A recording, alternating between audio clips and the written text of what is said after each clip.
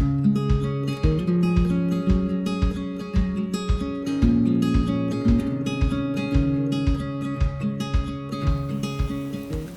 fell in love with her.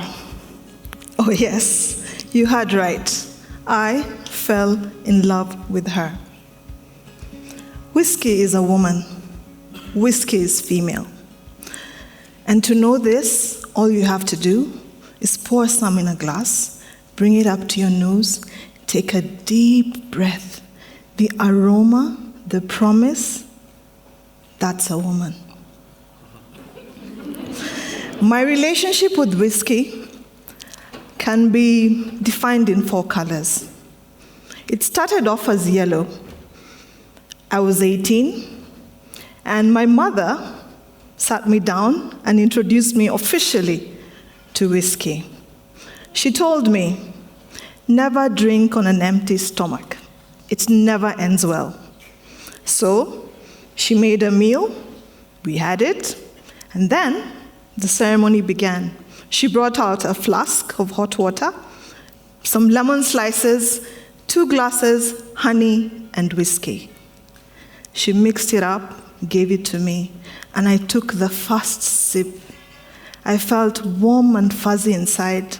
It felt like standing outside at 11 o'clock in the sun. This was a ritual that was to be repeated for a while, until the day my mom got saved. And the only spirit allowed in the house was the Holy Spirit.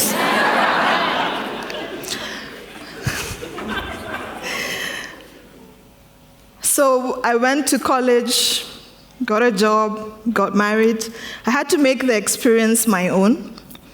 So it turned orange. I was eating life with a big spoon, would go out partying with friends, and I would have Coke and whiskey. It turned dark and obsessive in October 2007.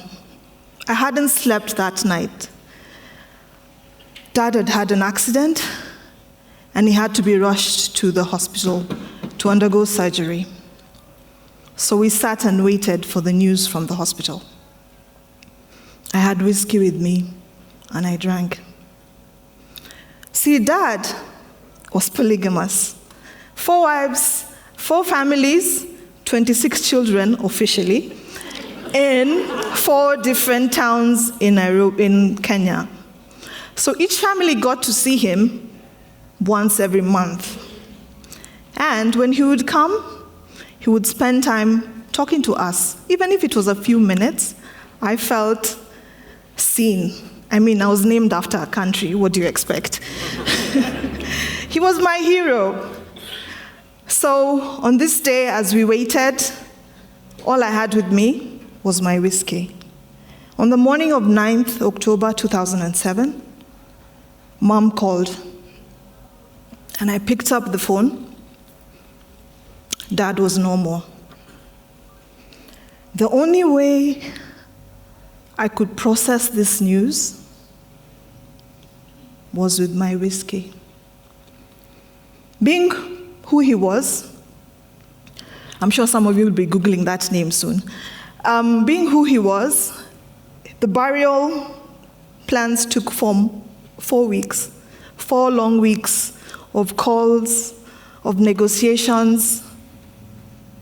And for me to deal and process all this, I needed whiskey. Morning, noon, and night, she was my companion.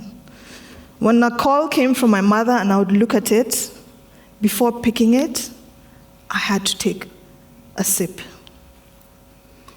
I love my mother to bits. She was mourning her husband, the father of her children. I was mourning my hero, and I just needed someone to be there for me.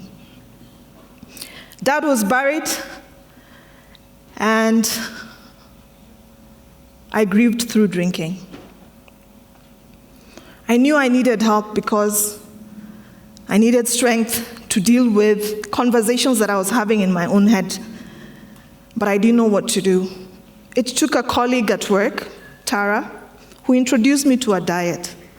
She understood my struggles, and she told me The only way for you to understand what the trigger is and to come to terms with your emotion is to not drink whiskey for 30 days. Those were the longest 30 days of my life. I had to come and face my emotions and not have whiskey comfort me.